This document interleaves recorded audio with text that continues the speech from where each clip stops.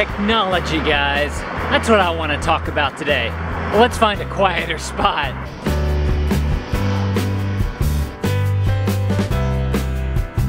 So I'm getting my oil changed right now, and I just started thinking about technology and how things progress and we give up certain things and we get certain things from it.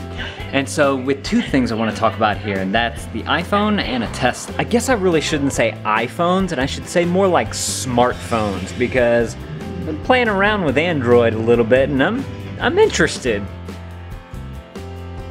You know what, for this video, again guys, right up in the top there, I'm gonna put a poll and I wanna know what you guys use for a phone. Do you have iOS? Do you have Android? Do you use Windows? Or do you use something else? Do you not have a phone? Do you have a landline? I'm curious about my audience. Are y'all more into Android or iOS? Because today is the iPhone 8 announcement, and so I figured I would kind of give my reaction to that because it starts in about an hour here.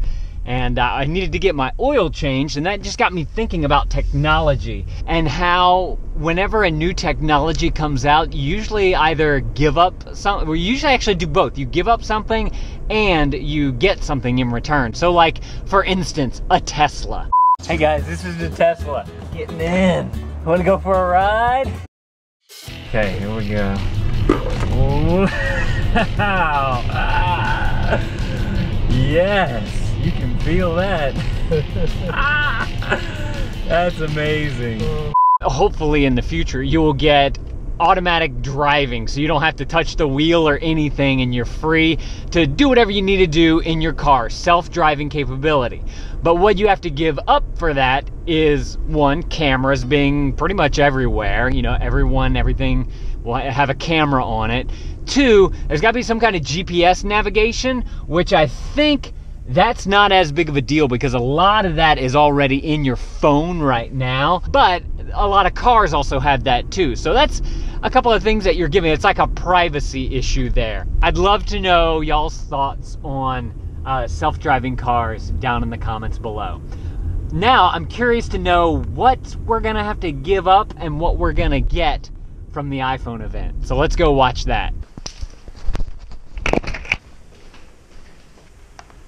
Still have 20 minutes. All right guys, the iPhone event has started and they got some music going right now. Kind of waiting to see what's gonna happen here. So Tim Cook is talking about the hurricanes that have just hit Florida and the Caribbean and going up through in Texas with Harvey.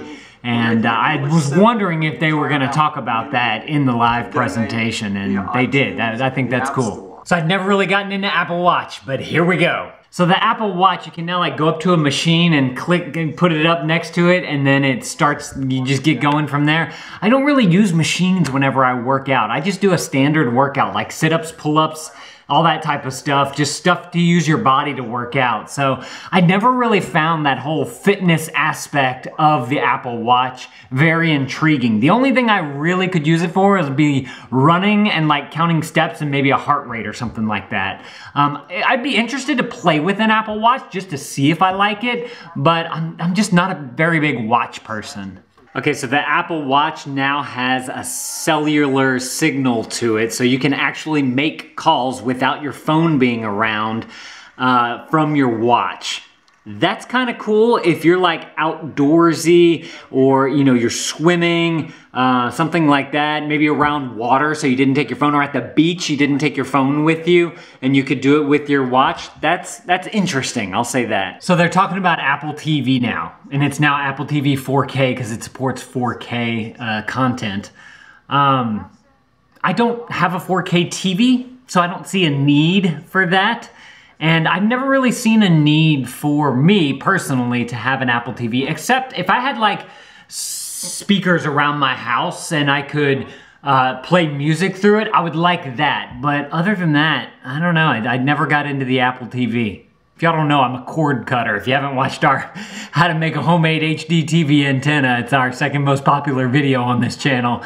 And I've used that for 10 years now, and that's how I get my TV. For iPhone 8, it seems like it's the same thing every year. We made the camera better, we put a new chip in it, and we changed one small thing about it. And the one small thing this time is the wireless charging.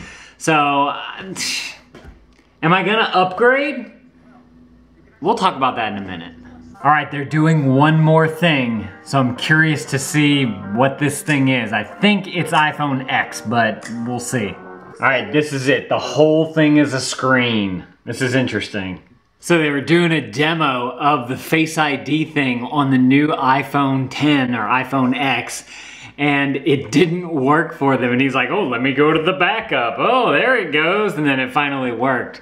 That's interesting because on my phone with Touch ID, it does not always work, just like how it did for him, even after I've, got my thumbprint on there. So I'm not totally sold. So iPhone 10 has Face ID, and I started this video talking about what you have to give up and what you gain from technology. This is interesting because what you give up with the new iPhone 10 is your face obviously being analyzed. It's analyzing your face so that it can unlock your phone because there is no button. So you're giving up a convenience of not using a thumbprint, which at the time I thought was pretty strange to be able to give my phone a thumbprint and for it to store it, I'm assuming on this device, hopefully it hadn't gone anywhere else.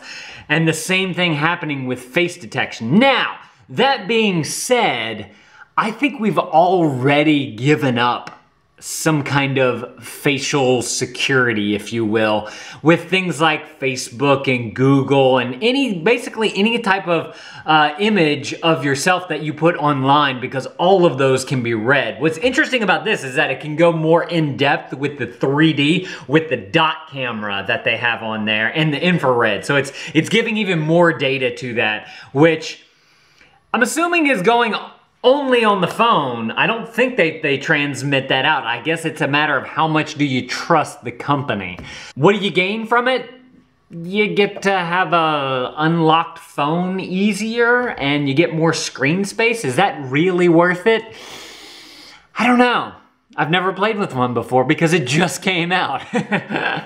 Right now I have an iPhone 6 and just a second ago I said, am I gonna switch? Am I gonna get the new one? Am I gonna go to Android? What am I gonna do?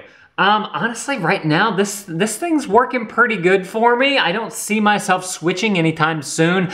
I'm not the guy that has to have the new and greatest thing right then and there. Of course, I would like it because even with the iPhone 7, I think that like portrait mode and all that type of stuff is really cool. One thing I did like about the iPhone 8 and 10 is that it had the lighting feature on it. So like right now, like this lighting right now, this is all blown out behind me. I could turn a little dial and it would put more light onto my face and hopefully black out or darken some of the background stuff, and I wouldn't have to do any of that. It's like having your own lighting kit right on you, which would be very nice. For me, it's not worth it right now since I have this one right here that I'm totally fine with. One thing that I've really been interested in is the Google Pixel.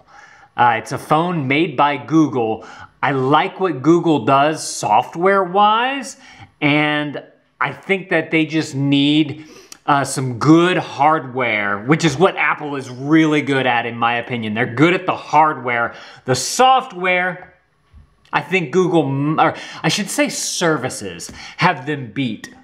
So that's my thoughts on the Apple event and technology right now as I see it, be it from an iPhone or some kind of tablet with Android, iOS, or even something like Tesla and what they're trying to do, because they just introduced a dashboard cam that they're putting on, and that could be an interesting facial recognition thing as well. If you're doing something like a driverless car and you send your car out to go pick up somebody and it recognizes their face, so it senses that it's okay to drive this person where they need to go. Interesting stuff. Very, very interesting stuff going on here, and I'm curious to see where the future leads us. If you guys want more videos from us, there's 2 more right on the screen there. Thank you guys for watching as always. That thumbs up is always appreciated. I would love to know y'all's thoughts in the comments below about facial ID. Are you freaked out by it? Are you okay with it? Let me know. Thank you guys for watching. Thanks for being shiggity shank.